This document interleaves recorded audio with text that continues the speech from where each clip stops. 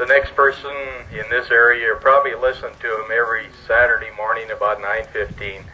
So if you want to know what this cowboy looks like, I give you Johnny Smith.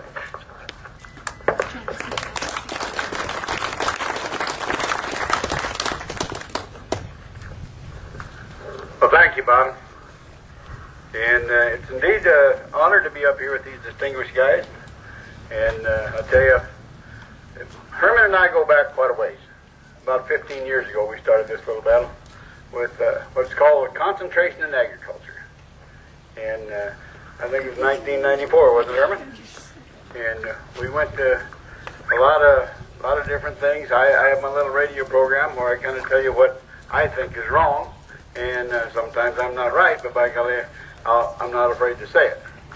Because one thing about it, if I think it, I'm going to tell it to you. And got me in a hell of a lot of trouble a time or two, but that's beside the point. Now I want you to take a look at old Herman here and Mike here.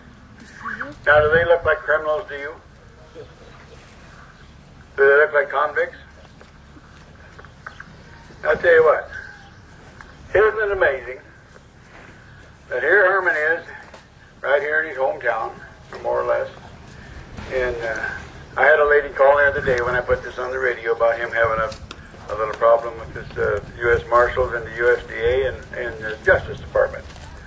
She called up and she said, I want to tell you about Herman Schumacher. She says he's a hero in our country. She said there's very few people that can't say that he hasn't hired their children or hired them or always had a job for somebody that needed a job. In our town, she said Herman has done it all to help anybody that needed help. And she said he had jobs for everybody and anybody that needed one. And by golly, she said, I'll stick up for Herman anytime and every time. She says, I think about everybody else in town will too. I think that's a pretty good reputation to have. Well, I want to tell you the rest of it. When Herman and I started out in 1994, fighting the injustice in the cattle business, concentration and inclusion was the main thing. And you know what we went by? We went by two things. Right is right and wrong is wrong. And that's the way we've been all the way through this thing. It's just that we run into little problems here and there with the things like the USDA and our justice system. Both are flawed, tremendously flawed. Our justice system is beyond a doubt ridiculous. I don't know how in the world. We've had two trials with juries that we won big time. The one in Alabama, we win on an 84-0 vote with the jury. They had 7 different counts that they had to find if anything was wrong with the cattle industry. If one person deviated for any of it, it was automatically out. Here in Aberdeen, you had 12 people. These people come forward, and they thought it was an injustice to have the USDA turn around and misprice report, and then the Packers turn around and use this to steal our cattle. Nobody would do a darn thing. The USDA wouldn't do anything to the Packers. So Herman, Roger, and Mike took it upon themselves to try to get it straightened out. And they did. The jury came forward and said, you're right. Your class has been harmed. They found 9,250,000 reasons why they'd been wronged. This was in the court of law. They always tell me that in the court of law that the jury system is the main thing. Yet they go to appeals court by Mr. Tyson and the crew, and he had 3 judges overturn it.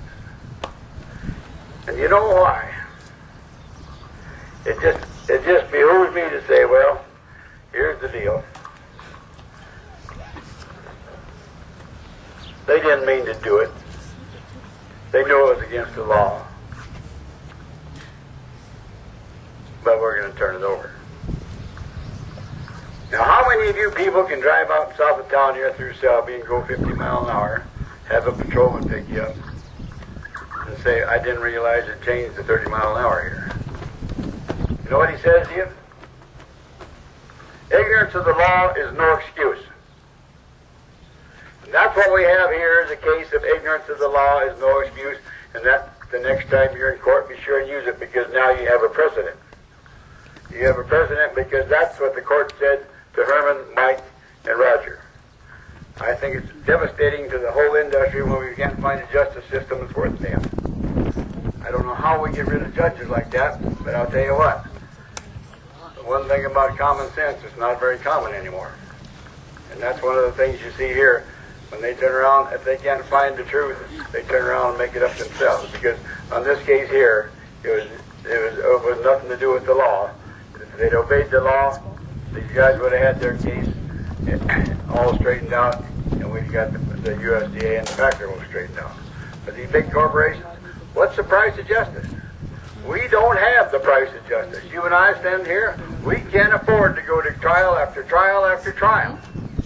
And one thing about it, you can bet if you win the first time, they will take you to the appeals court, they'll take you to the full appeals court, and then they'll take you to the Supreme Court. And you will be taken to enough courts that will cost so much money you can't believe it, and at the same time, you can pretty well bet one of them courts will throw it out. That's what's happened. We've won 4 different times at the jury level or at the judge level, and when they take it to appeals court, after several appeals, it's usually thrown out. That's what's happened to our cattle people trying to get fair and honest representation and trying to make the law, make the Packers abide to the law. And so, friends, I'm not going to take up a lot more of your time, but I do appreciate you all coming today here. I know Herman supports you. We all support Herman. Thank goodness for you all coming. Have a good day.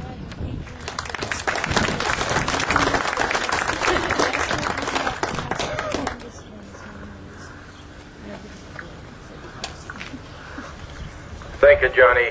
I think it's going to announce also that Johnny is our Region 3 Director for our CAF.